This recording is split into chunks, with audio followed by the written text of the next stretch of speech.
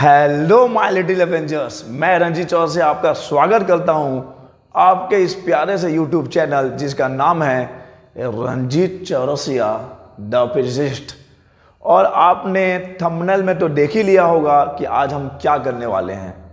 इस वीडियो में हम लोग छत्तीसगढ़ माध्यमिक शिक्षा मंडल रायपुर जो उन्होंने एक असाइनमेंट दिया है, 4-5 कुछ क्वेश्चंस हैं, उसको हम लोग सॉल्व करने वाले हैं।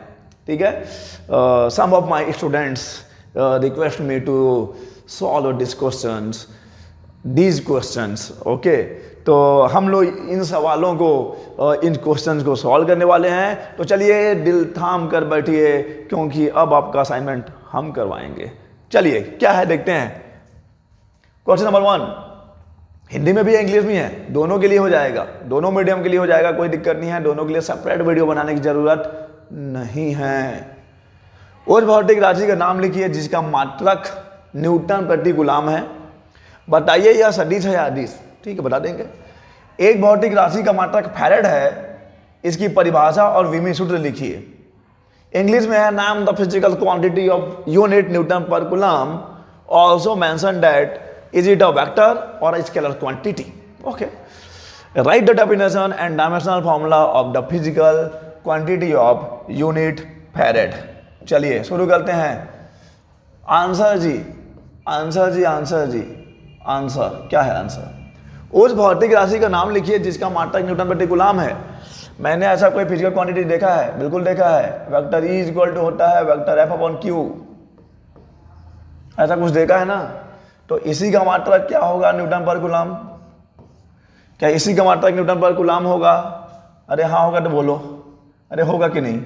न्यूटन पर कूलम इसी का तो होगा, बिल्कुल होगा। तो ये कौन सी राशि है? इसे बोलते हैं विद्युत क्षेत्र की तीव्रता।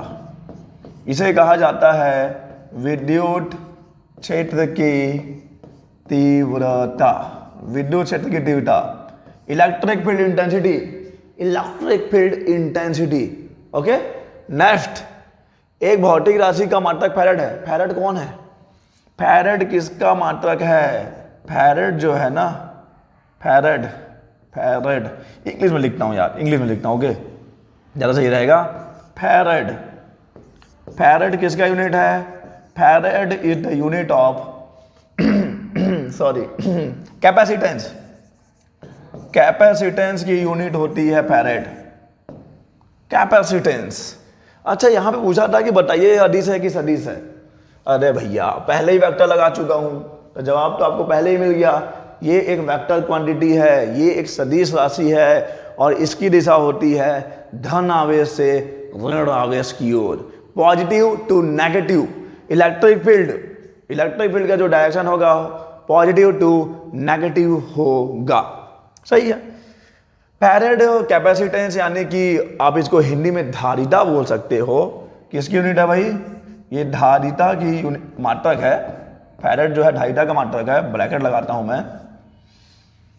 ऑल्सो मेंशन दैट, तो ऊपर सॉरी नीचे वाला क्या है? डायमेंशनल फॉर्मूला लिखना है यार।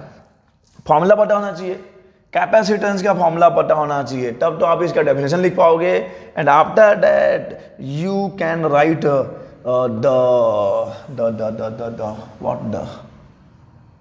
वो भी छोटा मोटा था। बहुत सही, चलो ठीक है, ये सही है, ये आप संभाल के रखिए, यही तो आपके काम की चीज़ है। ठीक है, ओके। तो चलिए मैं बताता हूं कि कैपेसिटेंस को आप कैसे डिफाइन कर सकते हो। We know that formula is C is equal to Q upon V। C is equal to Q upon V। Capacitance can be defined as the ratio of charge to the potential of that, जो भी conductor होगा, जो भी चालक है, उसका जो आवेश है और उसके विभव के अनुपात को ही हम लोग कहते हैं उसकी धारिता। C is equal to Q upon V। तो how you can define the capacitance of the conductor? Capacitance, conductor के कैपेसिटेंस को आप कैसे डिफाइन करोगे? बहुत ही आसान है। चार्ज, जो भी कंडक्टर है उसके पास कितना चार्ज है, charge divided by potential of that conductor, charge divided by potential of that conductor, ये हो जाएगा उसका capacitance. So C is equal to Q upon V। Okay, आवेश और विभव के अनुपात को हम लोग कहते हैं धारिता। ओके, आवेश और विभव के अनुपात को हम लोग कहते हैं धारिता, सही है। बट अगर इसको न्यूमेरिकली मतलब इसकी वैल्यू क्या होगी, अगर उसको डिफाइन करना है तो कैसे करोगे आप? आंकिक मान क्या होता है इसका, इसको थोड़ा फोकस करो आप। अगर मान लीजिए यदि V is equal to 1 volt हो जाए, 1 वोल्ट,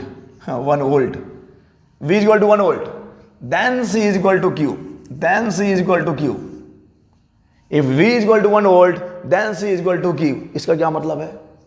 अगर आपको पता होगा तो कहानी कहां से स्टार्ट होती है? कहानी स्टार्ट होती है कि जैसे जैसे आप किसी कंडक्टर को चार्ज दोगे, एज वी प्रोवाइड और supply charge to any conductor, उसका पोटेंशियल इंक्रीज होता है। उसका पोटेंशियल क्या होगा? इंक्रीज होगा। यानी कि ये इसके पहले का स्टेप मैं लिख रहा हूं, Q is proportional to V, और ये V पोटेंशियल है ना, वेलोसिटी नहीं है, वेग नहीं है। Q is proportional to V, तो इसको हटा के कांस्टेंट लगाते हैं तो ये CV होता है, Q is equal to CV।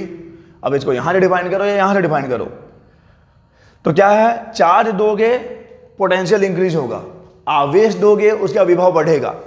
अगर किसी भी आवेश को आप, किसी भी चालक को आप आवेश देते हो तो उसके विभव में वृद्धि होती है, और इसको ऐसे लिखा जाता है गणितीय रूप में, mathematically we can write in this way, Q is proportional to V, then C is equal to Q। V अगर 1 वोल्ट है तब C Q के इक्वल हो जाएगा। यानी कि इसका मतलब है कैपेसिटेंस, किसी भी कंडक्टर का कैपेसिटेंस किसके इक्वल है? Is that amount of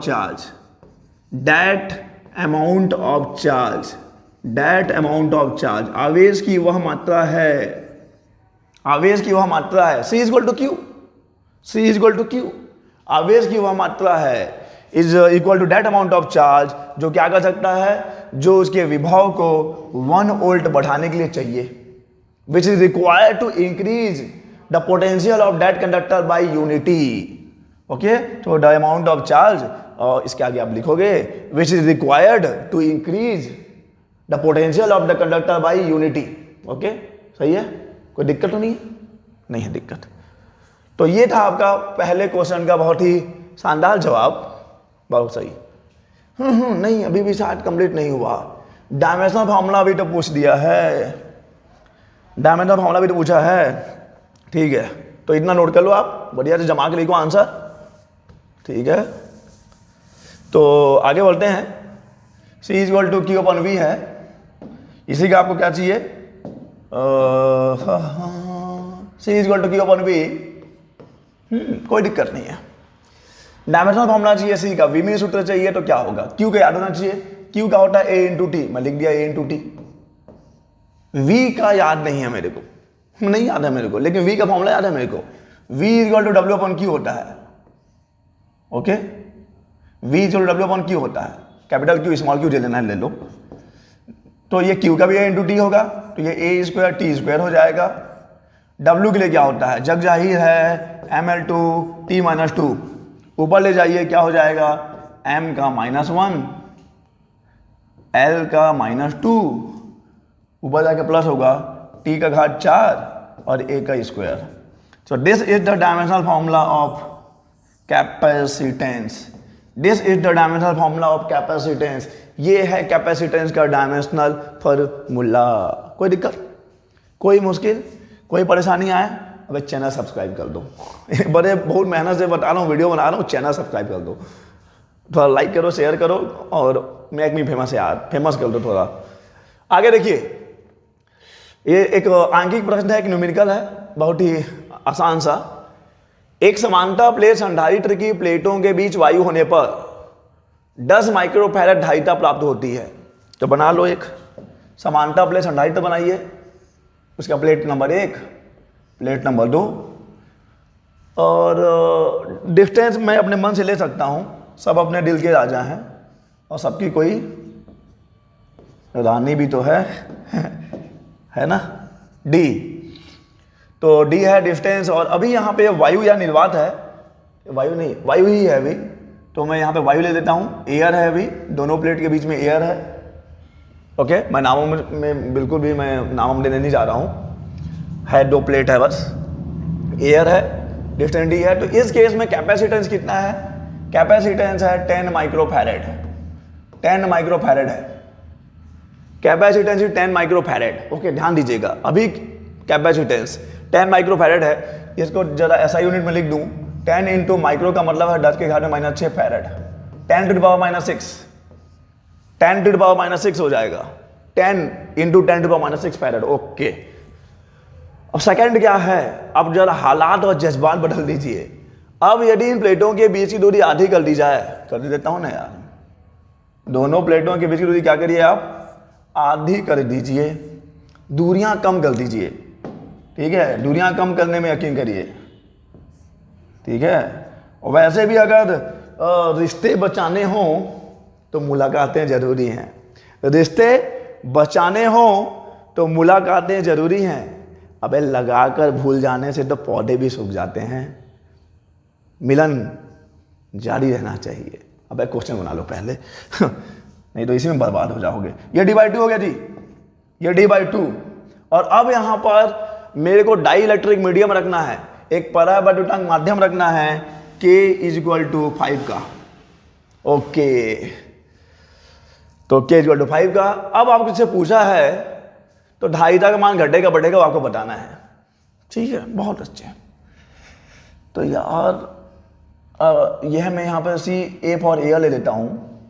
this is the capacitance when the air is present between the plates, उस समय की धारिता है, उस समय का कैपेसिटेंस। अब दोनों प्लेट के बीच में एयर है, और आपको अगर फॉर्मूला याद होगा तो कैपेसिटेंस होता है A/0/d।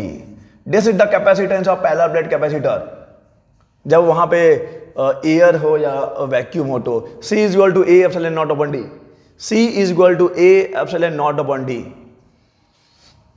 तो यहां पे आप समझ लो कि इसकी वैल्यू गिवन है, ये C फॉर एयर लिख दिया, इसकी वैल्यू है 10 into 10 to the power -6 farad. ये है, कोई डाउट तो नहीं है, 10 into 10 to the power -6 farad. Okay, आगे बढ़िए। अब यहाँ पर डाइलेक्ट्रिक मीडियम रख दिया, CD रख दिया, तो क्या हो जाएगा फॉर्मूला हो जाएगा A/0 K/d तो होगा, लेकिन not the distance is d/2, not the distance is d/2, दूरी हाफ हो गई है। अब वक्त है कुछ कर गुजरने का, 2 ऊपर जाएगा, A/0 K की वैल्यू 5, K की वैल्यू 5 है तो ये 5 दूनी 10 हो जाएगा, और ये d हो जाएगा। तो क्या मैं यहां पर इसकी वैल्यू को यहां से रख नहीं सकता क्या? क्यों नहीं रख सकता? कौन है मुझे रोकने वाला? कोई नहीं है। अबे कौन रोकेगा? अगर ठान लूंगा तो मेरे को कौन रोकेगा? वैसे भी यहां पे रख दो यार, ज्यादा बकवास नहीं। CD = कितना? CD = 10, A/0d की वैल्यू है 10, तो ये हो जाएगा 10 into 10 into 10 to the power -6 farad. तो अब आप ही बताइए जनाब, अब फैसला आप ही करिए कि बढ़ गया है कि घट गया है। फैसला आपके ऊपर है। कैपेसिटेंस यानी कि धारिता बढ़ गई है कि घट गई है? मेरे हिसाब से तो धारिता बढ़ गई है, और धारिता कितनी गुनी हो गई है? धारिता जो है वो 10 टाइम्स हो गई है, 10 टाइम्स हो गई है, 10 गुना हो गया, गुनी या गुना हो गया है, 10 गुना हो गया है। कोई दिक्कत नहीं होना चाहिए यार, पर इतना ही तो पूछा है। बढ़ दिया जाए तो धारिता का मान कितना घटेगा या कितना बढ़ेगा बता दिया, मैं बता दिया हूं, 10 टाइम्स। ओके, बढ़ेगा, ऑब्वियसली बढ़ेगा लिख देता हूं, बढ़ेगा तो बढ़ेगा लिखेगा, इंक्रीज लिख सकते हो आप, बढ़ेगा इंक्रीज होगा। नेक्स्ट, इसको मैं लास्ट में बनाऊंगा यार, ये ना मैं बहुत परेशान किया इसको मैं लास्ट में बनाऊंगा। सर आप ना इजी क्वेश्चन बताते हो, बस हार्ड वाला तो हमको बनाना पड़ता है। और तुम लोग बना लोगे ना? आप लोग बना लोगे, सॉरी थोड़ा सा इज्जत दे रहा हूँ, थोड़ा सा सब्सक्राइब कर देना चैनल को। ये आप बना लोगे ना, ये बना लेना आप, ठीक है। मैं लास्ट में यहाँ पे आता हूँ, जो क्वेश्चन नंबर 5 है आपका। बिंदु आवेश विभव व बिंदु द्विध्रुव निकाय के कारण विद्युत विभव में दो अंतर लिखिए, ठीक है, डिफरेंस लिखना है। Mention two differences between potential due to a point charge and potential due to an electric dipole. Okay, electric dipole. तो फॉर्मूला लिख देते हैं ना यार, फॉर्मूला लिख देते हैं। क्या होता है formula? Potential due to point charge ये होता है 1/4 pi epsilon naught Q upon R, और ये एक स्केलर क्वांटिटी है, डायरेक्शन में नहीं लिखने वाला हूं यहां पर। ये एक अदिश राशि है। विद्युत विभव जो है जो विभव मीन्स कि जो इलेक्ट्रिकल एक विभव means potential, electric potential is a scalar quantity. So V is equal to 1/4 pi epsilon naught Q upon R, that's it. और अगर ये for point charge VP for point charge, और यहां पे मैं डाइपोल के लिए D लिख देता हूं। इसके लिए फॉर्मूला क्या होता है, याद है क्या? 1/4 पाई एप्सिलॉन नॉट। याद है क्या? याद है तूने मुझको कहा था तुमको नहीं भूलेंगे कभी। और कहा किसने था? जिसको फॉर्मूला याद नहीं होता। अबे जिसको फॉर्मूला याद नहीं होता वो हमको नहीं भूलेगा। ये कैसे यकीन कर लोगे? कर लूंगा मैं। नहीं किया था मैंने, यकीन नहीं किया था। So electric potential due to electric dipole, general formula, ना तो मैं एक्सियल पूछ रहा हूं ना मैं इक्वेटोरियल पूछ रहा हूं। ये होता है 1/4 pi epsilon not P cos theta upon R square minus L square cos square theta. So this is the potential due to point charge and this is the potential due to electric dipole in general condition। किसी भी बिंदु पर, किसी भी point पे कोई specific axial या equatorial की बात यहाँ पे नहीं होती है। और यहाँ पे थोड़ा सा और जनरलाइज कर देते हैं हम लोग इसको, मीन्स और थोड़ा सा सिंप्लीफाई कर देते हैं। अगर मान लो कि आपका जो डाइपोल है it means L is less than R, उस केस में ये फॉर्मूला कैसे रिड्यूस हो जाता है? VD is equal to 1/4 pi epsilon naught, ये तो नेग्लिजिबल गायब हो गया, ये हो जाएगा P cos theta upon R square. So this is the potential due to electric dipole at any point and this is the potential due to point charge.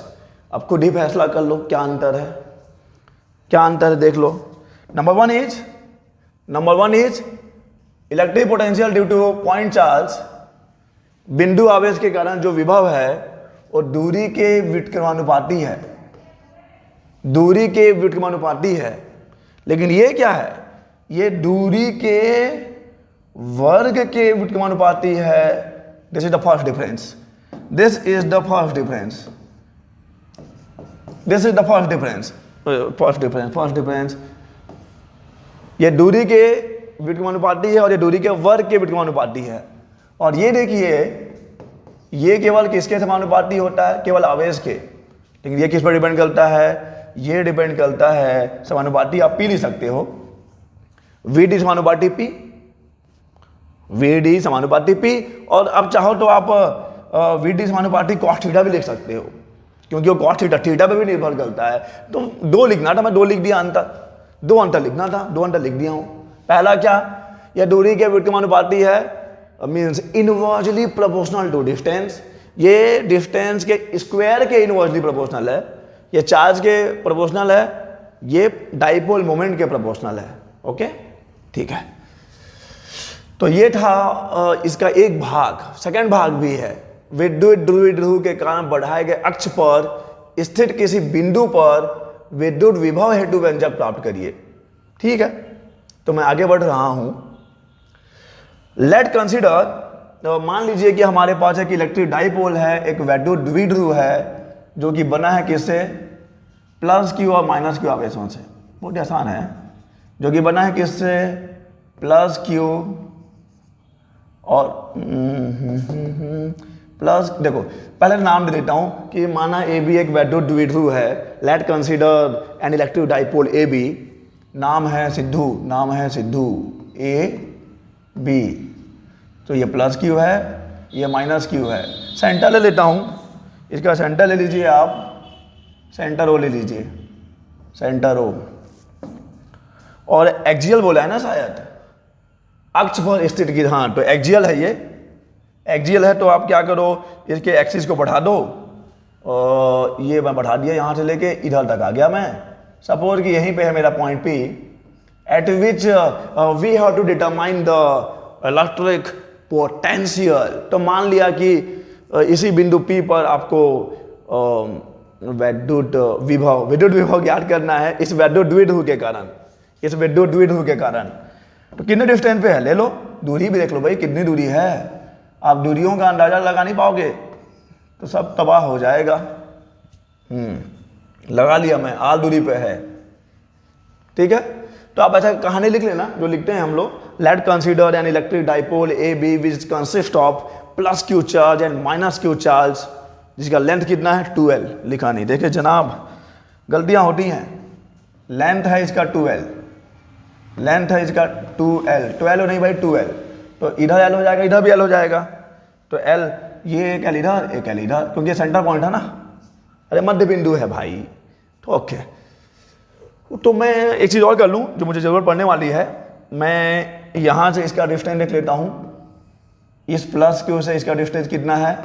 तो I think कि ये R प्लस L हो जाएगा, और I think कि यहाँ से इसका डिस्टेंस जो है वो कितना हो जाएगा, ये हो जाएगा आपका, दिस इज यहाँ से ना, this is R minus L, this is R minus L। Okay fine, बढ़िया, और तो कुछ करना नहीं है। जूनियर डायल लिख लिया। मान लो कि इसका डाइपोल मोमेंट जो है, जो द्विध्रुव आघूर्ण है वो P है, द्विध्रुव आघूर्ण इज P। सो आपको क्या करना है, देखो आपको पता होगा, अभी बताया भी हूँ, electric potential due to point charge. तो पॉइंट चार्ज के लिए यहाँ पे प्लस क्यू चार्ज भी है, माइनस क्यू चार्ज है। तो सबसे पहले लिखते हैं बिंदु P पर, बिंदु P पर, बिंदु P पर, बिंदु P पर प्लस क्यू आवेश, प्लस क्यू आवेश के कारण विभव, के कारण विभव, बिंदु V पर, P पर प्लस क्यू आवेश के कारण विभव। तो V1 नाम दे देता हूं, 1/4 pi epsilon naught Q upon क्या, डिस्टेंस रहता है, दूरी रहती है। तो दूरी क्या है यहाँ पे, दूरी है AP। दिशा क्या होगी, जरूरत ही नहीं है, क्योंकि स्केलर क्वांटिटी है, ये एक अदिश राशि है, तो इसकी दिशा चाहिए ही नहीं, होती ही नहीं है तो चाहिए क्यों, अरे होती ही नहीं है। तो ये this is the potential at point P due to plus Q charge. Okay, value रख देता हूं, V1 is equal to 1/4 pi epsilon naught Q upon this is R plus L, R plus L। This is equation number 1। Okay, done. ठीक है छोटा, अब काम खत्म ना यार, काम खत्म तो आदमी खत्म। अब सेकंड चीज आप कर लोगे, क्या करोगे, बिंदु P पर, बिंदु P पर, बिंदु P पर माइनस क्यू आवेश, माइनस क्यू आवेश के कारण विभव, माइनस क्यू आवेश के कारण विभव। तो ये हो जाएगा V2 is equal to, V2 नाम दे दूंगा मैं, माइनस क्यू आवेश के कारण विभव means electric potential at point P due to minus Q charge, again 1/4 pi epsilon naught minus Q, this is minus Q charge.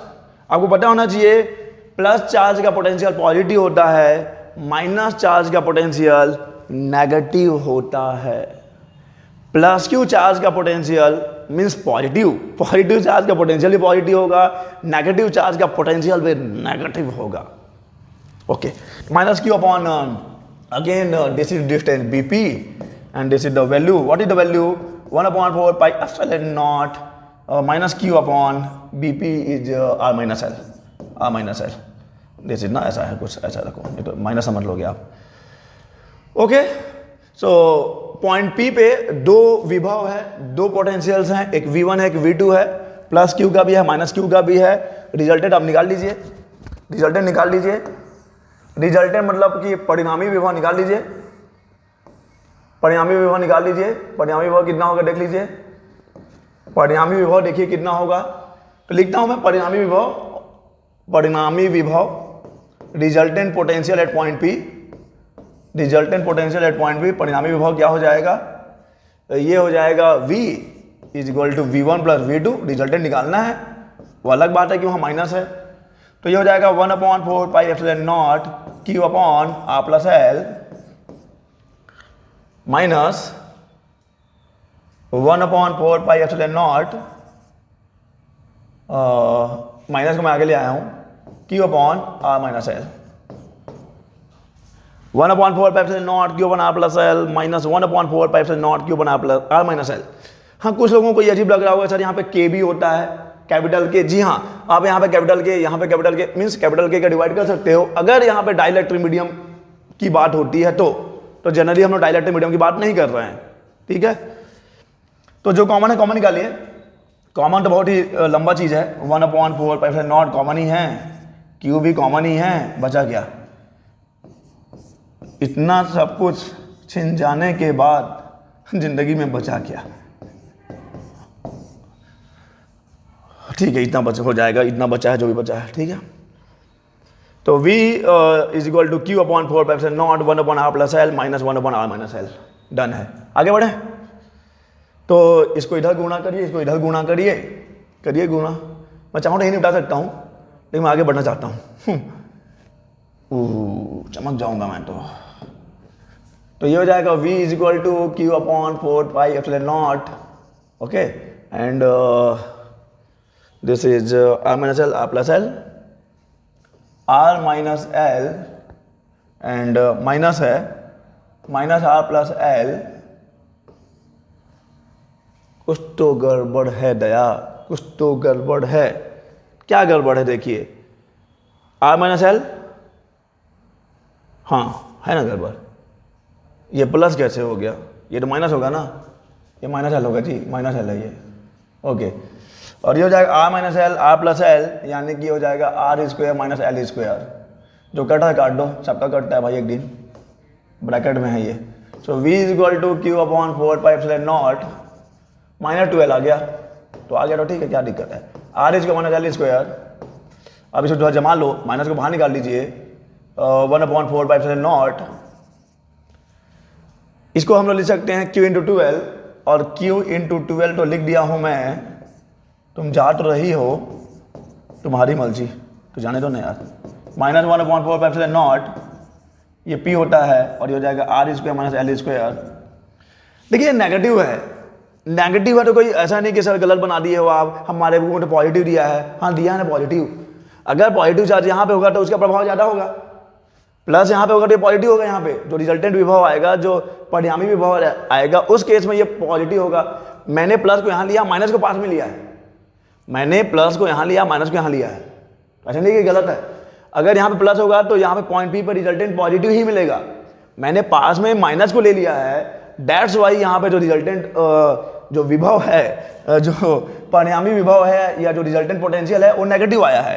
तो कोई दिक्कत वाली बात नहीं है, ठीक है। तो this is the potential in axial के लिए 1/4πε0 P/R² माइनस L²।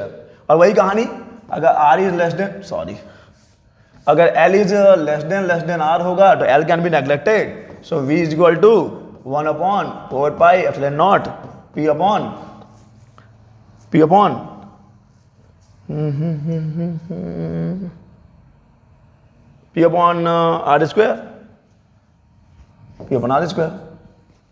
ठीक है।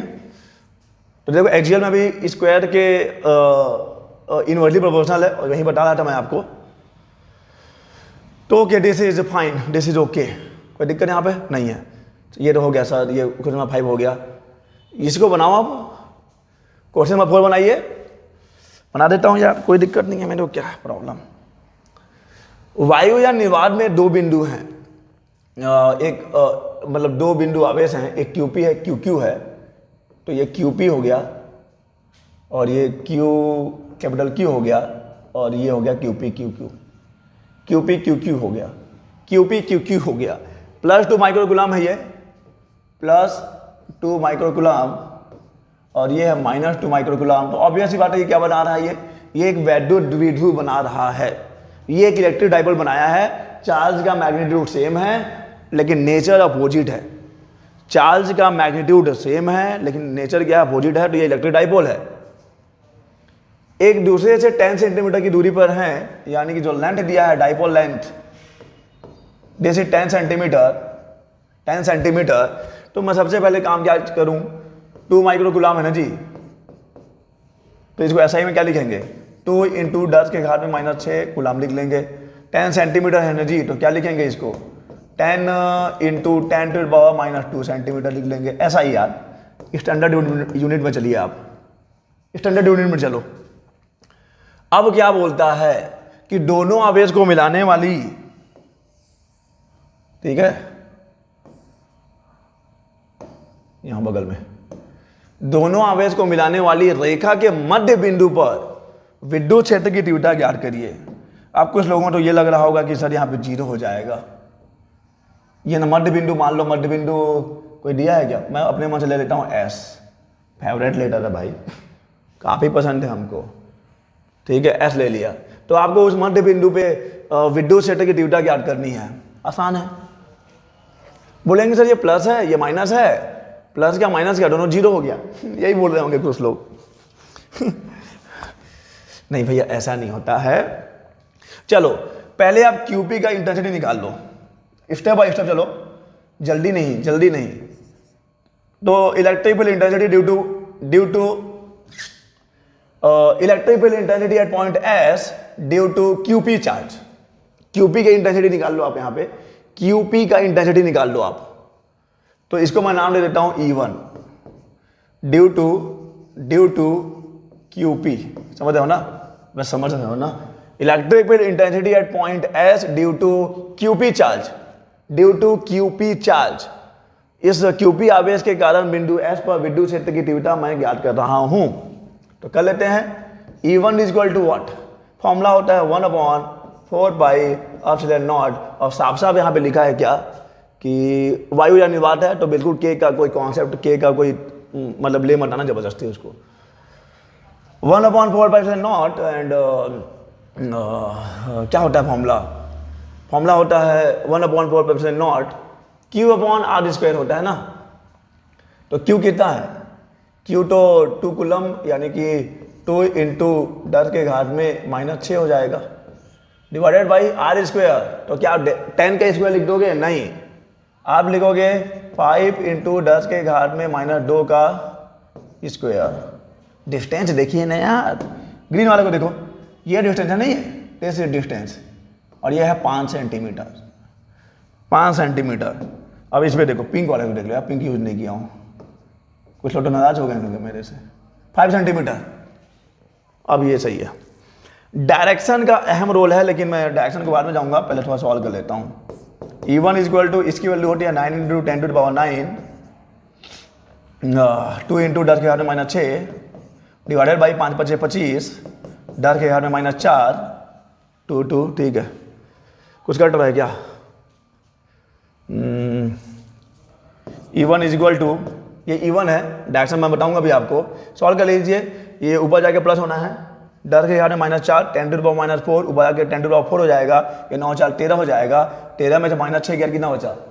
13 में से 7 बच गया, तो 9 × 18 हो गया। ये हो गया 18/25, 18/25 नहीं समझे, 9 × 18/25 पावर को सॉल्व किया तो आया कितना, इंटू 10 के घात में माइनस आया ना, नहीं +7 था यार, प्लस था ना, कैसे प्लस था, ऊपर गया 4 हो गया, 9 × 4 = 13 हो गया, 13 में 6 गया 7 आया।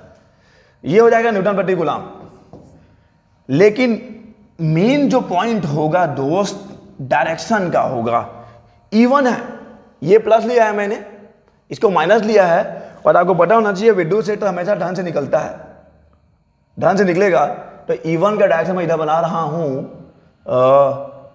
इधर बना देता हूं, दिस इज E1, पता नहीं ये दिख रहा है कि नहीं, देखो ये E1 है, जो एरो का कलर ले देता हूं मैं, रेड कलर का देखो एरो जो मैंने बनाया है, रेड कलर का जो एरो है, this is the direction of E1 QP से S की तरफ, QP से S की तरफ लिख देता हूं मैं, किधर से किधर, QP से S की तरफ, S की तरफ, this will be the direction, तरह नहीं, तरफ की तरफ, QP से S की तरफ, QP से S की तरफ, ओके फाइन। तो ये तो बढ़िया आ गया E1। In the same way you have to calculate E2, in the same way you have to calculate E2, in the same way you have to calculate E2। एकदम उसी तरीके से आप E2 निकाल लीजिए, ठीक है। तो मैं लिखता हूं due to Q Q, due to Q Q. तो इसको नाम ले दिया E2। देखो सबको सेम ही है यार, 1/4 और 2 इंटू 10 के हाथ में -6 डिवाइडेड बाई 5 इंटू हो जाएगा 5 5 इंटू 10⁻² का होल स्क्वायर। अब आपको सवाल करने के बाद आपको पता है क्या मिलने वाला है। E2 भी मिलेगा कितना, 18/25 इंटू 10 के घात में -7 न्यूटन प्रति कूलाम। डायरेक्शन पे फोकस करो, डायरेक्शन पे फोकस करो, नीला कलर पे देखो, ये नेगेटिव है, ये नेगेटिव चार्ज है। तो याद रखिए इलेक्ट्रिक फील्ड नेगेटिव की तरफ आता है।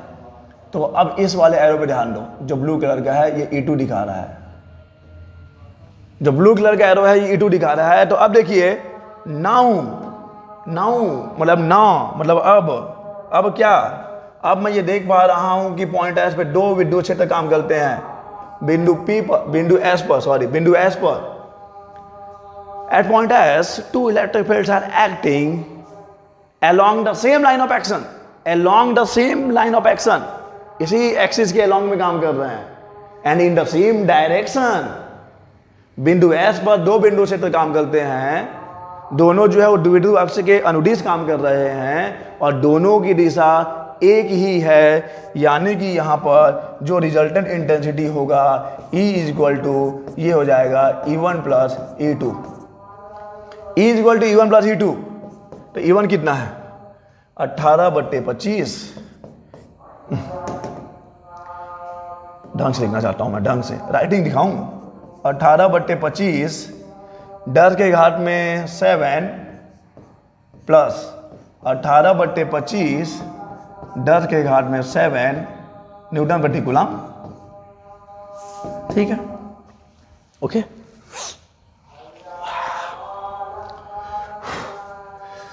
तो दो बार हो जाएगा ये 18 दो बार हो जाएगा। मान लो ये P है, ये भी P है, तो 2P हो जाएगा। तो 18 में 36/25 इंटू 10 के घात में 7 न्यूटन प्रति कूलम। इसको आप थोड़ा सा हल कर लीजिएगा, भागो कर लीजिए, काम बन जाएगा आपका, और तो कुछ दिक्कत नहीं है। तो this will be the intensity at point S. बिल्कुल भी जीरो नहीं लगा देना अपने अंतर मन से आंसर निकाल के, गलत हो जाओगे। ठीक है जी, नेक्स्ट इसी में सवाल करूंगा जी, मैं कहीं जाने वाला नहीं हूं, इसी में सवाल करने वाला हूं, इसी में सवाल करेंगे अपन। ये अब आपके लिए संभाल के रख दिया हूं, देखते जाओ। अब क्या है, एक परीक्षण आवेश को PQ के मध्य रख दिया जाता है। परीक्षण आवेश को मतलब वो जो बिंदु S है ना, बिंदु S पर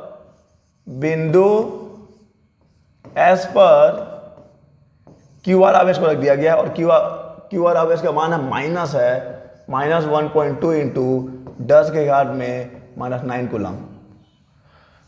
माइनस रख दिया है जी, -1.2 इंटू 10 के घात में -9 कूलम रख दिया है। तो परीक्षण आवेश QR पर लगने वाले बल का मान व दिशा लिखिए। बहुत सही है, बहुत ही खतरनाक चीज़ है जी, बहुत सही क्वेश्चन है। ठीक है, तो अपन कर सकते हैं, कोई दिक्कत नहीं है, अपन निकाल लेते हैं, क्या दिक्कत है। तो ये कहानी मुझे लगता है मिटानी पड़ेगी, क्योंकि मैं थोड़ा लंबा जाने वाला हूँ मैं। तो डायग्राम तो मिटाने की जरूरत शायद नहीं पड़नी चाहिए, diagram that will be same. तो मैं ये मिटा रहा हूँ बस, ये तो हो गया होगा आपका। ठीक है, ये रहा खत्म।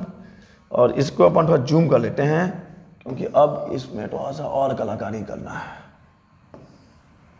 ओहो, नहीं, तुमको नहीं बड़ा करना भाई, मेरे को तुमको बड़ा ही नहीं करना है, मेरे को बस इसको बड़ा करना है। अरे हाँ, ठीक है, हाँ, ये हुई ना बात, ये बात हुई, ये देखो।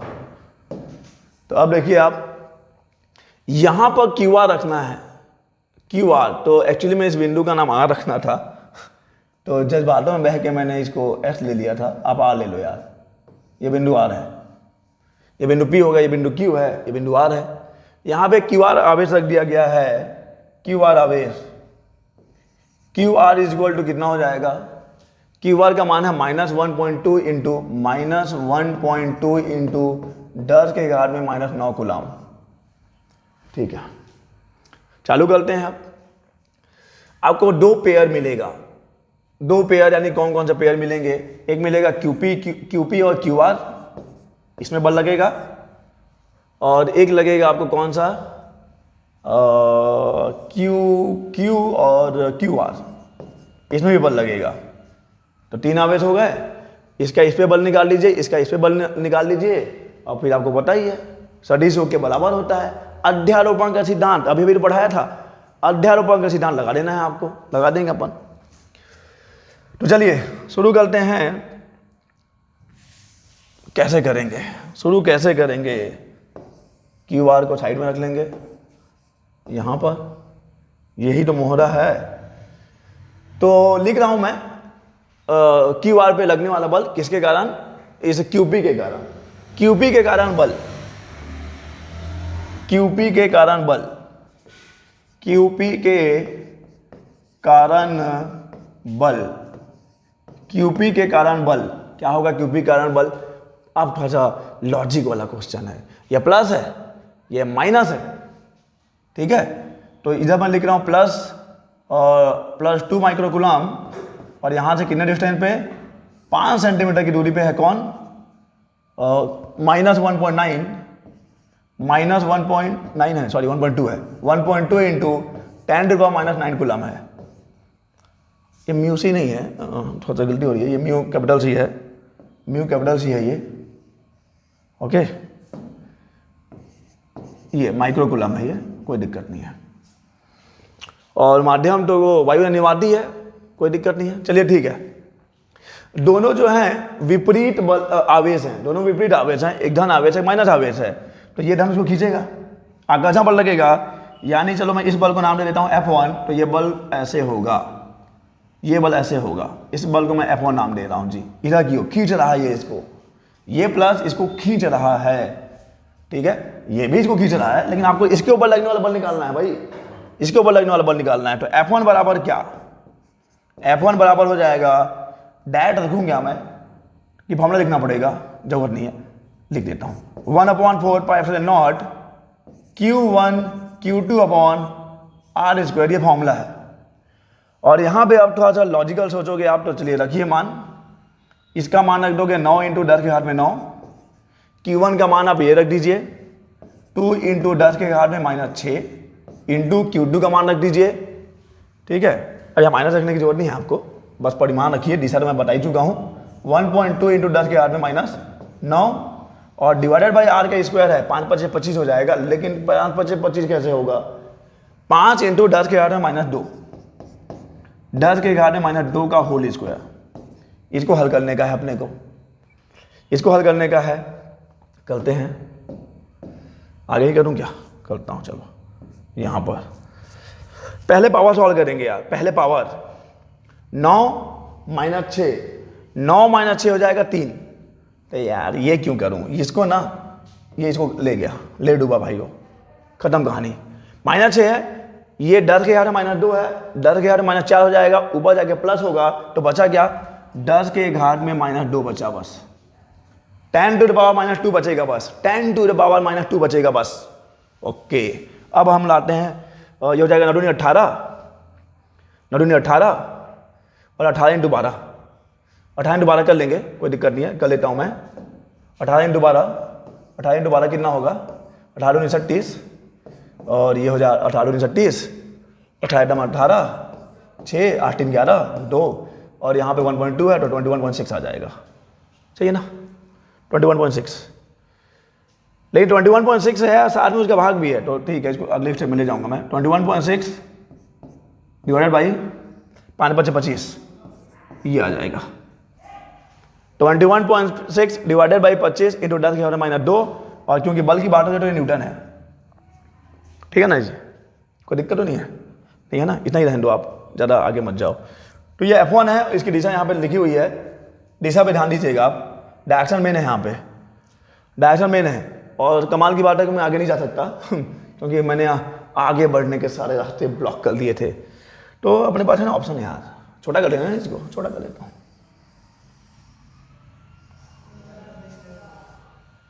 हाँ छोटा, ये बस मेरे को दिखेगा और कुछ बहुत ही तीव्र नजरों वाले आदमी को दिखने वाला है। चलिए ठीक है, तो अब मैं QP के कारण तो निकाल लिया, अब मैं QQ के कारण निकालता हूं। QQ के कारण बल, QQ के कारण बल, force due to QP charge.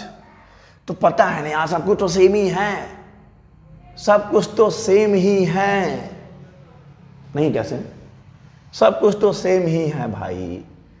अब थोड़ा कमाल की बात देखो अब क्या होने वाला है, कमाल की बात देखो अब क्या होने वाला है, ठीक है।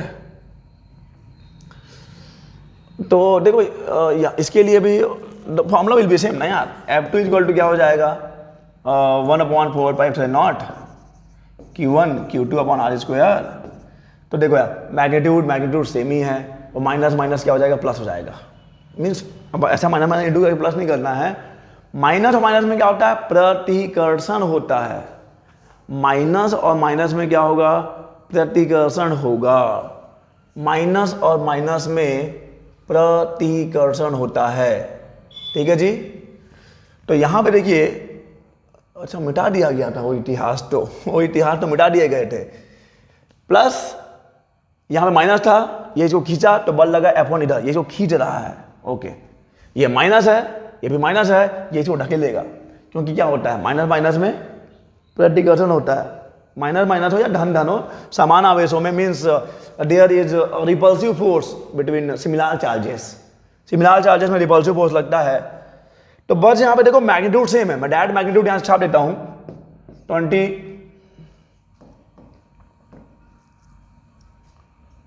21.6 डिवाइडेड बाई 25, ओहो 21.6 डिवाइडेड बाई 25 इंटू 10 के घात में -2 न्यूटन। लेकिन F2 कहाँ है, देखो ये E1 पहले वाली कहानी है, ये मिटा दी गई थी, ये इतिहास तो पहले मिटा दिया गया था। यहाँ पे मैं ले लूँ नया इतिहास रेड पेन से, यहाँ पे है एक, यहाँ पे है ये एक, इसको नाम दिया गया था मेरे द्वारा, क्या नाम है, -1.2 इंटू 10 के घात में -9, और ये है -2 माइक्रोकूलम। तो माइनस माइनस में प्रतिकर्षण होगा, तो यहाँ जो बल लगेगा ऑब्वियसली बात है, ये जो प्रतिकर्षित कर रहा है तो ये F2 हो जाएगा, ये F2 हो जाएगा। अब बात कमाल की है, क्या F1 और F2 दोनों एक दिशा में नहीं है क्या, क्या F1 और F2 दोनों एक दिशा में नहीं है क्या, है ना। F1 और F2 क्या है, दोनों एक दिशा में ही तो हैं। तो जब एक दिशा में ही है ना भैया, तो परिणामी बल F इक्वल टू हो जाएगा F1 प्लस F2, और दोनों के बीच में कोई कोण नहीं है। यहां भी वही सेम स्टेटमेंट रहेगा, सेम कथन आपको बोलना है कि F1 और F2 दो परिणामी दो बल लगते हैं बिंदु R पर, यानी जो QR आवेश है उस पर दो बल लगते हैं F1 और F2, दोनों की दिशा एक ही है और दोनों एक ही लाइन में काम करते हैं, दोनों की क्रिया रेखा एक ही है। The line of action of the both discharges are same. तो ऐड कर दो, ऐड करोगे तो क्या होगा, 2 टाइम्स हो जाएगा, बस 2 टाइम्स। तो 2 टाइम्स होगा तो ये 6 दूनी 12, 21 दूनी 42, 43.2 हो जाएगा, ठीक है ना जी। इतना मैथ 43.2 डिवाइडेड बाई 25 इंटू 10 के घात में -6, सॉरी माइनस नहीं, -2 this is Newton. So this is the force. इसको आप डेसिमल वोसिमल में ले आना, 43.2 डिवाइडेड बाई 25 इंटू 10 के घात में -2 न्यूटन। सर ये इतना आप लंबा मेथड में गए हो, इतना आप लंबा मेथड में गए हो, इसका कोई और मेथड नहीं था क्या, था यार, इसका नहीं कोई और मेथड था सॉल्व करने का, बहुत ही छोटा सा मेथड, बहुत ही छोटा सा मेथड। मैं बताता हूँ कैसे, बहुत ही छोटा सा मेथड है, मतलब बहुत ही छोटा है यार, बहुत ही छोटा, कुछ नहीं करना है, ठीक है। इधर पढ़े हैं तो इसको। अब देखिए मैंने यहाँ पर रिजल्टेंट कुछ इंटेंसिटी निकाली थी, मुझे याद नहीं है तो बता देता हूँ क्या करना है। We know that E equal to F upon Q होता है, ठीक है, E equal to F upon Q होता है। आपने मध्य बिंदु पे तीव्रता निकाल रखी थी, तो यहाँ पे बल आप आराम से निकाल सकते हो यार, Q इंटू E कर सकते हो, Q इंटू ई कर सकते हो। लेकिन ये धन आवेश होता है, अगर ये Q धन आवेश है तो उस पर लगने वाला बल विद्युत क्षेत्र की दिशा में होती है। मतलब कि अगर मैं यहाँ पे QR प्लस में लेता या प्लस में दिया होता, तब ये बल क्या होता, विद्युत क्षेत्र की दिशा में लगता, मतलब इधर से इधर की तरफ लगता। लेकिन क्योंकि यहाँ पर ऋण आवेश है, तो ऋण आवेश पे लगने वाला बल क्या होगा, विद्युत क्षेत्र की दिशा के विपरीत होगा, जो कि यहाँ पे आया है। यहाँ पे दिशा जो है विपरीत ही है, ये है कैपिटल F या परिणामी बल, जो कि विद्युत क्षेत्र की दिशा के विपरीत है। पॉजिटिव चार्ज है, देन पॉजिटिव चार्ज पे फोर्स लगता है in the direction of electric field. Negative charge पे फोर्स लगता है opposite to the direction of electric field. तो यहाँ पे आप क्या करोगे, इस QR की वैल्यू रख दोगे और फिर E की वैल्यू रख दोगे, जो भी यहाँ पे फाइंड आउट किया था, आपको आंसर सेम मिलेगा। अगर सेम नहीं मिलेगा ना जनाब, तो यहाँ पे या तो यहाँ गलती हुई है, या तो यहाँ गलती हो रही है, या तो E निकालने में गलती की है। ठीक है, चलिए ठीक है। और ये रहा जो मैं बोल रहा था, आप बना लो। तो कई लोगों के मन में तो कुछ अंदर से आया भी होगा कि यही देखने तो आए थे। चलो ठीक है, बनाते हैं, इसको बनाते हैं, बना ही लेंगे, क्या दिक्कत है। तो जूम करता हूँ, बहुत ही आसान है, बहुत ही आसान है। देखो क्या है, किसी आवेशी चालक प्लेट के पास, तो मैं ले लेता हूँ एक प्लेट यार, ये मैं ले लिया प्लेट ले लिया, प्यारा सा प्लेट है ये प्लेट ले लिया, और इसके पास एक धनावेश रखा हुआ है। धनावेश को मैं प्लस Q ले लेता हूँ, DC प्लस Q चार्ज। बहुत ऊपर हो गया, क्योंकि मेरे को एक काम करता हूँ ना, मैं डायरेक्ट बता देता हूँ कि इसका नेचर कैसा होगा। बताओ जी, मैं आपको बता रहा हूँ इसका नेचर कैसा होगा। ओपन फाइल, क्योंकि बनाने से अच्छा है कि मैं डायरेक्ट आपको करके दिखा दूँ। This will be the electric field और lines for this combination. Plus Q charge, अब मैं इसको समझा दिए देता हूँ, ऐसा भी ना हो कि सर आप तो आपको आता नहीं था। देखो प्लस Q चार्ज है, तो इस प्लेट के पास में क्या इंड्यूस होगा, इलेक्ट्रोस्टैटिक इंडक्शन होने वाला है, स्थिर वैद्युत प्रेरण होने वाला है। स्थिर वैद्युत प्रेरण होगा तो पास में माइनस उत्पन्न होगा, दूर में धन उत्पन्न होगा। तो दूर की तो बात ही नहीं कर रहा हूं मैं, अभी माइनस की बात कर रहा हूं। प्लस से विद्युत बल रेखाएं निकलती हैं, धन आवेश से विद्युत बल रेखाएं निकलेंगी और ये माइनस की ओर आएंगी। ये देखिए, ये आ रही है माइनस की ओर, तो यही तो होता है जी, यही तो होगा जनाब, ये आ रही है। तो प्लस से निकल रही है ना भाई, निकल रही तो जा रही है, और किसी ऋण की तलाश में जा रही है। तलाश यही खत्म नहीं हुआ, तलाश चलेगा लंबा। तो दिस विल बी द क्या, electric lines of forces from this combination. ऐसा अगर है तो ये बनेगा आपका इलेक्ट्रिक लाइन्स ऑफ फोर्सेस। ऐसा बनने का कारण क्या है, हमको मालूम है कि जो विद्युत बल रेखाएं होती हैं, जो इलेक्ट्रिक फील्ड लाइन्स हैं, वो पॉजिटिव से इमर्ज होती हैं और नेगेटिव पे एंड होती हैं। तो वही तो हो रहा है। ठीक है, इसको तो मैं छोटा कर दूं, आपको आंसर आपका मिल गया। This will be the answer. अब बात यह है सर कि आवेशी प्लेट के पृष्ठ पर विद्युत क्षेत्र की तीव्रता हेतु व्यंजक ज्ञात करिए। कर लेते हैं। इसके लिए भी मैं डायग्राम ले आऊंगा, बनाऊंगा, उससे अच्छा कि मैं डायग्राम ले ही आता हूं। मैंने रखा है उसको, ये डायग्राम हम लोग यूज करने वाले हैं, ये डायग्राम हम लोग यूज करेंगे। ये देखिए यहाँ पे ले आया मैं डायग्राम को, कि यहाँ पे ले आऊँ, इसको मैं यहाँ ले आता हूँ, जरूरत नहीं है मुझे, इसको मैं यहाँ ले आता हूँ। ठीक है, बहुत ही कमाल है। ठीक है, आपको निकालना है electric field intensity at the surface of the plate. Confusion हो गया लोगों को, सर हमने तो पढ़ा है electric field intensity due to charge sheet. तो क्या दिक्कत है यार, क्या दिक्कत है? इलेक्ट्रिक फील्ड जो है इस पूरा इस प्लेट के आर पार इधर से इधर निकलता है, इधर से इधर जाता है, तो यहाँ से भी तो वही निकलेगा, उस पर भी तो वही लगेगा, उसके सरफेस में भी तो वही इंटेंसिटी लगेगा। ठीक है, चलिए देखते हैं। तो आप वो दुनियादारी लिख लेते हो। Suppose this is A, this is B, this is C and this is D, ABCD। यही आपका प्लेट है, यही आपका प्लेट है। और यहाँ पे देखो ये पॉजिटिव चार्ज दे दिया है, तो कोई दिक्कत नहीं है। आप नेगेटिव चार्ज लोगे तो क्या होगा, हमको नेगेटिव चार्ज चाहिए, तो हम इसको नेगेटिव ले लेते हैं ना यार, हम नेगेटिव ले लेंगे, क्या दिक्कत है, हम नेगेटिव ले लेंगे। शायद आपको दिख नहीं रहा होगा, मैं दिखाने के लिए देखो क्या करने वाला हूँ, minus minus minus minus minus minus. Plus है तो भी दिक्कत नहीं है भाई, बट डायरेक्शन ही तो चेंज होगा। माइनस ले लो, माइनस ले लो। और मान लो कि यहाँ पे सरफेस चार्ज डेंसिटी कितना है, सरफेस चार्ज डेंसिटी आप सिग्मा ले लीजिए, and sigma is equal to हो जाता है Q अपॉन A। ये दिखता नहीं है, येलो बढ़िया दिखता है। सिग्मा इज इक्वल टू हो जाएगा Q upon A। Where A the area, Q is the charge. जोड़ पड़ेगी तो हम यूज कर लेंगे, ठीक है। तो ABCD द चार्ज प्लेट जिसका कि सरफेस चार्ज डेंसिटी क्या है, सिग्मा है। नौ हम लोग क्या करने वाले हैं, we will construct a cylinder. हम लोग यहाँ पे एक बेलन बनाएंगे क्योंकि हमको एक गॉसियन सरफेस चाहिए, हमको गॉस थ्योरम अप्लाई करना है। गॉस का प्रमेय अप्लाई करने के लिए आपको एक गॉसीय पृष्ठ चाहिए होता है। गॉसीय पृष्ठ बंद होना चाहिए, बंद पृष्ठ। तो मैंने यहाँ पे एक बेलन बनाया, ठीक है, बेलन बना लिया है। कितना भी लंबाई ले लीजिए, कितना भी सेटअप ले लीजिए, कोई दिक्कत नहीं है। अब मैं क्या करूंगा, इस गॉसीय पृष्ठ से गुजरने वाला संपूर्ण विद्युत फ्लक्स निकाल लेता हूं। We have to calculate electric flux passing through this Gaussian surface. Electric flux निकाल रहा हूं इस गॉसियन सरफेस से पास होने के लिए, ठीक है। उससे पहले मैं क्या करता हूं, देखो समझ भी लो आप कि इस गॉसियन पृष्ठ को, इस गॉसीय पृष्ठ को और गॉसियन सरफेस को we can divide into 3 parts. एक है आपका जिसको बोलेंगे कर्व्ड सरफेस, वक्रीय पृष्ठ। कर्व्ड सरफेस हो जाएगा वक्रीय पृष्ठ। यहाँ पे S3 है, S1 एंड S2, जिसको S1 S2 देखो, अच्छा यार AB नहीं लेना था इसको ना कुछ बिंदु और ले लो आप, कंफ्यूज हो जाओगे। कंफ्यूज होने के लिए इसको ना PQRS ले लो आप, इसको आप PQRS ले लो, PQRS, क्योंकि ना AB ये 2 प्लेट ऑलरेडी ले रखा है, 2 सरफेस ऑलरेडी ले रखा है। तो PQRS S1 S2 और यहां पे S3 देख लीजिए, ओके। एंड वी नो कि इलेक्ट्रिक फील्ड लाइंस जो है हमेशा जो चार्ज कंडक्टर के परपेंडिकुलर ही ओरिजिनेट होगा, या तो परपेंडिकुलर ही आएगा। चार्ज कंडक्टर के परपेंडिकुलरली ही होता है।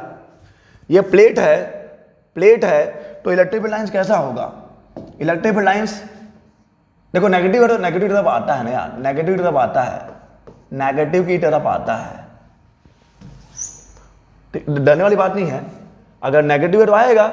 अगर मान लीजिए यही पॉजिटिव होता तो, अगर यही पॉजिटिव होता तो क्या करते आप, यही पॉजिटिव होता तो क्या करते आप इलेक्ट्रिक फील्ड लाइंस को यहां से निकाल देते, बोलते ये लो यहां से निकलेगा इलेक्ट्रिक फील्ड लाइंस, ऐसे परपेंडिकुलरली ही ओरिजिनेट होगा, ठीक है। माइनस के लिए आएगा दोनों साइड से, प्लस के लिए जाएगा दोनों साइड, ओके ठीक है, ओके ठीक है। इसको नाम मैंने PQRS दिया था, तो PQRS ही रहेगा ये। तो इसको 3 सरफेस में डिवाइड कर दिया। टोटल फ्लक्स निकालना है, total flux passing through this Gaussian surface. और अगर आपको फॉर्मूला याद होगा तो फ्लक्स क्या होता है, फ्लक्स होता है, अगर स्मॉल सरफेस के लिए लेते हो तो आप, स्मॉल सरफेस लेते हो तो आप, स्मॉल मतलब छोटे से पृष्ठ के लिए लोगे तो क्या होगा, d phi e is equal to होता है vector E dot vector ds, vector E dot vector ds होता है। आपको टोटल निकालना है, कुल फ्लक्स निकालना है आपको। कुल फ्लक्स कैसे निकाल लोगे आप, कुल फ्लक्स कैसे निकाल लोगे आप, क्यों नहीं निकाल सकता मैं, 3 सरफेस में डिवाइड किया है तो total flux will be phi e is equal to हो जाएगा total flux, total electric flux, ठीक है। Total electric flux phi e, that मैं phi लिख सकता हूं, या तो मैं vector E dot vector ds लगा के इंटीग्रेट भी कर सकता हूं, vector E dot vector ds लगा के इंटीग्रेट भी कर सकता हूं मैं, कोई दिक्कत नहीं है, ठीक है। phi क्या हो जाएगा, आपको लेना पड़ेगा कौन सा सरफेस, S1 लेना पड़ेगा, आपको लेना पड़ेगा कौन सा सरफेस, S2 लेना पड़ेगा, आपको लेना पड़ेगा कौन सा सरफेस, S3 लेना पड़ेगा, और फॉर्मूला वही लगेगा, vector E dot vector ds 1, vector E dot vector ds 2, vector E dot vector ds 3, vector E dot vector S1 वाले के लिए, S2 वाले के लिए, S3 वाले के लिए। और जब आप इसको क्या करोगे, EDS है तो क्या हो जाएगा, EDS cos थीटा हो जाएगा, EDS cos theta, EDS cos theta, ये 1 है जी, ये 2 है जी, ये S1 के लिए है, ये S2 के लिए है जी, प्लस S3 क्या हो जाएगा, EDS3 cos थीटा।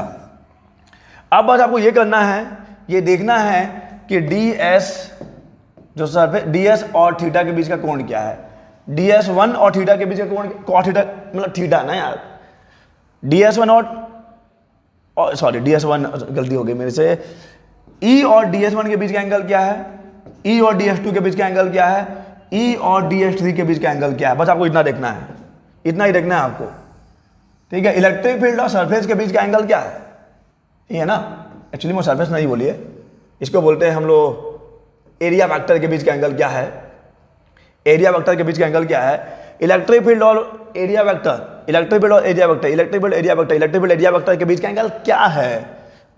ये कहानी अलग थी ना, इसी को मैंने फाई ही लिखा है, ठीक है। तो गर्मी ज़्यादा है, बस ये कुछ पल और मैं बर्दाश्त कर पाऊंगा इस गर्मी को, ठीक है जी। फाई ई, ठीक है। तो देख लीजिए आप DS1 कहाँ है, DS1 और E के बीच का कोण तो 0 है यार, तो cos 0 1 हो जाएगा, cos 0 1 हो जाएगा, तो ये DS1 हो जाएगा, फटाक से लिख देता हूं मैं, ठीक है। DS2 देखिए और E के बीच का कोण भी 0 है, तो ये अगेन क्या हो जाएगा, ये हो जाएगा EDS2 cos 0, फिर अगेन क्या हो जाएगा। लेकिन DS3 देखिए और E को देखिए, ये 90 डिग्री है, cos 90 0 हो गया, तो इसकी पूरी कहानी 0 हो गई, ठीक है, ओके। तो phi E is equal to इतना आ रहा है, फाई इज इक्वल टू इतना आ रहा है, इसको मैं और छोटा कर दूं, ठीक है, ओके। बस बस बस कहानी खत्म ही होने वाली है, अब अंतिम कुछ पल बचे हैं जिसमें कि ये अब ना पता नहीं क्या करने वाला है। चलिए देखिए, तो ई कांस्टेंट है बाहर, ई कांस्टेंट है बाहर, ई इंटीग्रेशन ऑफ DS1, यहाँ S1 लगा सकते, S1 रहेगा, ये 2 है, ये आप यहाँ पे S1 लगा सकते हो, कोई दिक्कत नहीं है, प्लस ई बाहर इंटीग्रेशन ऑफ DS2, ये S2 है, तो ई DS1 DS2 को क्या लिखोगे आप, देखिए जी, मैंने एरिया ए लिया था, मैंने बोला था भैया सर्कुलर एरिया ए लो, सर्कुलर एरिया ए लो, तो आप ये भी EA हो जाएगा प्लस ये भी EA हो जाएगा, तो phi E is equal to कितना आ जाएगा, फाई इक्वल टू हो जाएगा 2EA, phi E is equal to हो जाएगा 2EA, phi is equal to हो गया 2EA, ठीक है। तो ये निकल गया flux, this is the flux passing through that Gaussian surface जो आपने लिया है, this is the flux which is passing through the Gaussian surface, वो क्लोज्ड सरफेस जो भी आपने कंसीडर किया है, जो एक बंद पृष्ठ आपने लिया है उसे यहां पर लग जा रहा है। लेकिन गॉस के प्रमेय से क्या होता है, गॉस के प्रमेय से क्या होता है, according to Gauss theorem flux हमेशा कितना होना चाहिए, Q अपॉन एप्सिलॉन नॉट होना चाहिए, Q अपॉन एप्सिलॉन नॉट होना चाहिए। तो क्या यहाँ पे Q की वैल्यू मैं ये नहीं रख सकता, Q की वैल्यू सिग्मा इंटू ए नहीं रख सकता क्या, क्यों नहीं रखूंगा यार, बिल्कुल रखूंगा, दोनों को इक्वेट करिए, आंसर आ जाएगा 2EA is equal to sigma A upon epsilon naught, कटा भाई कटा, इसका भी कटा, बहुत लंबा पारी खेल गया लेकिन ये तो ये हो जाएगा E इज इक्वल टू, बहुत ही शानदार जवाब, E is equal to sigma upon 2 epsilon naught. So this is the intensity near the surface of the plate और through the surface of the plate, clear है ये।